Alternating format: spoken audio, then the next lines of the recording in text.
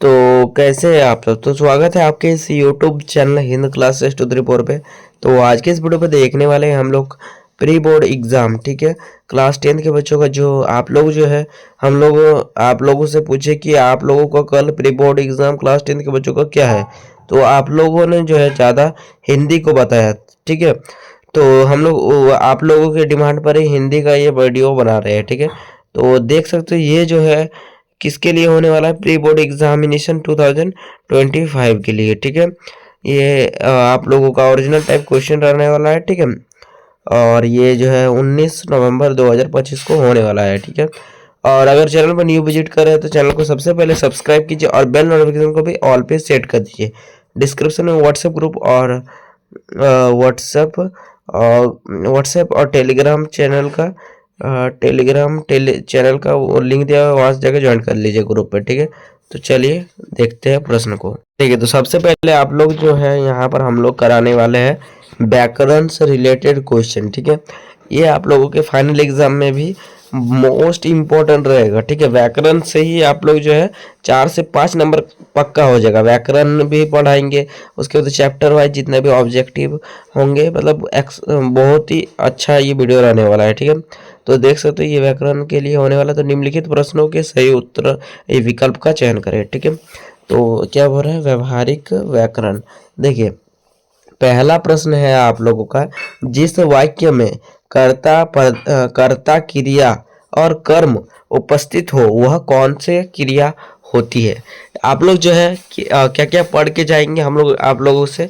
जो भी final exam होगा ना, आप लोग जो है फाइनल एग्जाम के ज़्यादा दिन नहीं होता है, 1 से 3-4 दिन में पढ़ लीजिएगा। ठीक है, व्याकरण ये सब रिलेटेड क्वेश्चन 4-5 नंबर इसी से मिल जाएगा। ठीक है, पढ़ लीजिएगा। हम लोग अभी तो फाइनल एग्जाम बाकी है, फाइनल एग्जाम के टाइम हम लोग एकदम ट्रिक के साथ लाएंगे। ठीक है, अभी तो ऐसे ही बता रहे हैं। ठीक है, तो देखिए क्या बोल रहा है, जिस वाक्य में कर्ता क्रिया और कर्म उपस्थित हो वह वहाँ कौन सी क्रिया होती है। जहाँ पर जो है कर्ता क्रिया और कर्म उपस्थित होता है तो वहाँ पर कौन सा क्रिया होता है, सकर्मक क्रिया होता है या फिर अकर्मक या फिर सकर्मक या फिर प्रेरणार्थक क्रिया या फिर सार्थक क्रिया। तो क्या होता है, तो इसका आंसर देखिए क्या हो जाएगा, सकर्मक क्रिया होता है।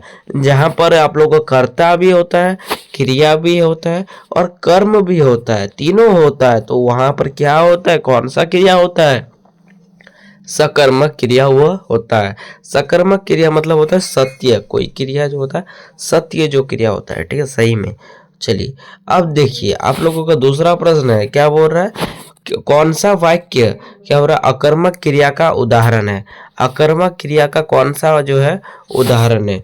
गीता पत्र लिखती है, बंदर नाचता है, रमेश पुस्तक पढ़ता है, रोहित ने गीत गाया। अकर्मक क्रिया जिसमें कोई क्रिया ही मतलब उपस्थित ना हो। ठीक है, देखिए गीता पत्र लिखता है, इसमें क्रिया अर्थात काम क्या है, लिखना। बंदर नाचता है।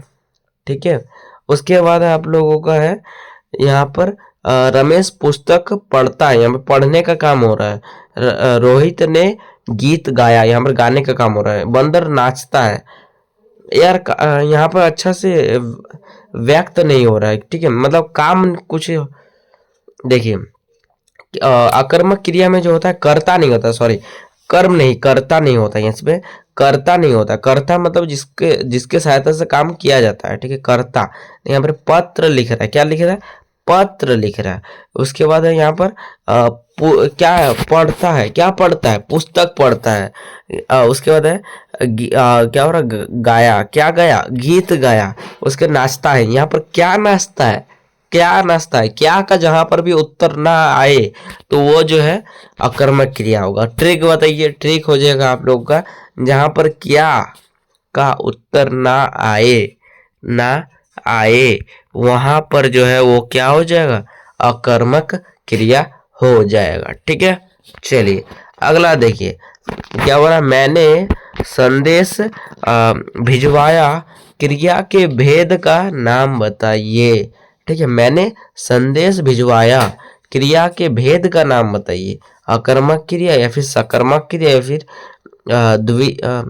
द्विदक क्रिया या फिर द्विदक द्विदक मर्क क्रिया, प्रेरणार्थक क्रिया। ठीक है, देखिए तो इसका आंसर क्या बोला, मैंने संदेश भिजवाया। क्रिया के भेद का नाम बताइए। मैंने संदेश भिजवाया। ठीक है, तो इसमें क्रिया क्या हो रहा है, भिजवाना, तो यहाँ पर हो रहा है प्रेरणार्थक। Option number D is the correct answer.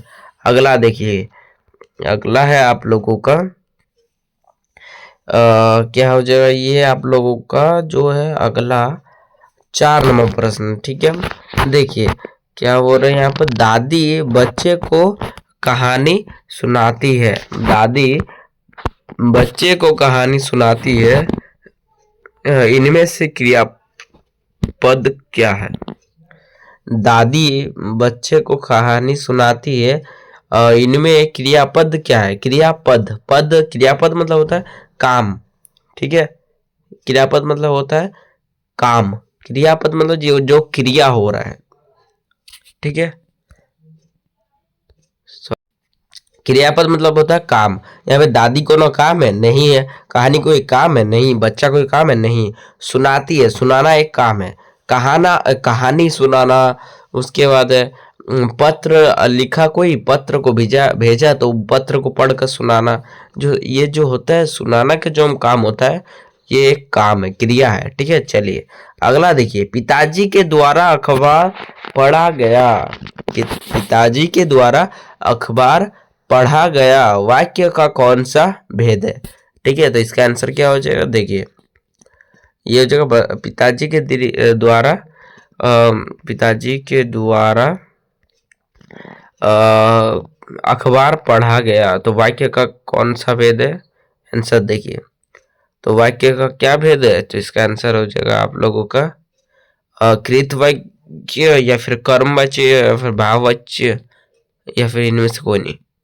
तो यहाँ पर कौन सा वाच्य हो जाएगा, देखिए यह आप लोगों का क्वेश्चन नंबर कितना है, देखिए 1 है, 2 है, 3 है, 4 है, 5, ये 5वां नंबर क्वेश्चन है। ठीक है, तो आंसर देखिए क्या हो जाएगा, पिताजी के द्वारा पुस्तक पढ़ा गया, तो इसमें कौन सा वाक्य है। ठीक है, पिताजी के द्वारा पुस्तक पढ़ा गया, तो ये क्या है, कर्म वाच्य।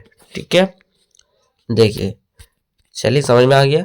अब क्या, कृतवाच्यों में वाक्यों में कर्ता के कार्य की डैश होती है, प्रधानता होती है। तो कृतवाच्य में वाक्यों के कर्ता के कार्य की प्रधानता होती है, तो option number A is the correct answer, यही सही उत्तर होगा। उसके बाद गर्मियों में गर्मियों में खूब आम खाया जाता है। गर्मियों में खूब आम खाया जाता है, तो यहाँ पर कौन सा वाच्य है, ये पूछा जा रहा है। देखिए, तो गर्मियों में खूब आम खाया जाता है, आंसर क्या हो जाएगा, क्या हो जाएगा वैसा, चलिए देखते हैं क्या हो जाएगा।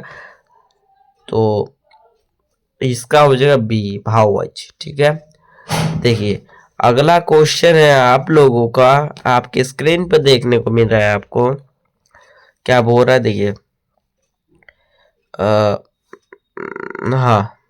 क्या हो रहा है, स्वाभिभाव समास। ठीक, सॉरी, अतिशयोक्ति। अतिशयोक्ति कौन सा समास है। अतिशयोक्ति जो होता है मतलब जो बढ़ा चढ़ाकर, अति यथाशक्ति, सॉरी ये अतिशयोक्ति नहीं है, तो यथाशक्ति जो है कौन सा समास है, तो जो बढ़ा चढ़ा कर, यतिशोक्ति मतलब जितना है उससे बढ़ा चढ़ा कर जब कहा जाता है तो उसको कौन सा कहते हैं। तो इसका आंसर क्या हो जाएगा, तो इसका आंसर होगा तत्पुरुष समास। Option number A is the, sorry भाव अव्यय भाव समास, option number A. Next question देख लेते हैं आप लोगों का, अव्यय भाव हो जाएगा। 2 या 2 से अधिक पदों के मेल से जो क्या बोला को कौन क्या कहते हैं, 2 या 2 से अधिक पदों को मिलकर कोई बनता है, तो उसे क्या बनता है, तो वो क्या हो जाएगा, ये हो जाएगा आप लोगों का ऑप्शन नंबर बी। ठीक है, समास बनता है। ठीक है, 2 या 2 से अधिक पद मिलकर क्या बनते हैं, समास। समास, ठीक है। जलज का अनेकार्थी कौन, ये जलज का अनेकार्थी नहीं है, ठीक है। जलज का जो है अनेकार्थी कौन नहीं है, कमल या फिर मोती या फिर पक्षी, मछली या फिर बादल। तो जलज, जलज का अनेकार्थी जो होता है कौन नहीं है, तो इसका आंसर देखिए, देखिए इसका हो जाएगा आप लोगों का बादल, ठीक है। चलिए डी, ये नहीं, जलज का बादल नहीं होगा, हमको लग रहा है सी होगा, सी मछली, ठीक है। नेक्स्ट क्वेश्चन देख लेते हैं आप लोगों का। समुच्चय बोधक अव्यय के दो प्रमुख भेद कौन से है। तो समुच्चय बोधक जो है अव्यय के दो प्रमुख जो है वेद कौन से है, तो ये हो जाएगा समुच्चय बोधक, क्रिया विशेषण, सरल संयुक्त, समाधानीकरण और वैधानिकरण,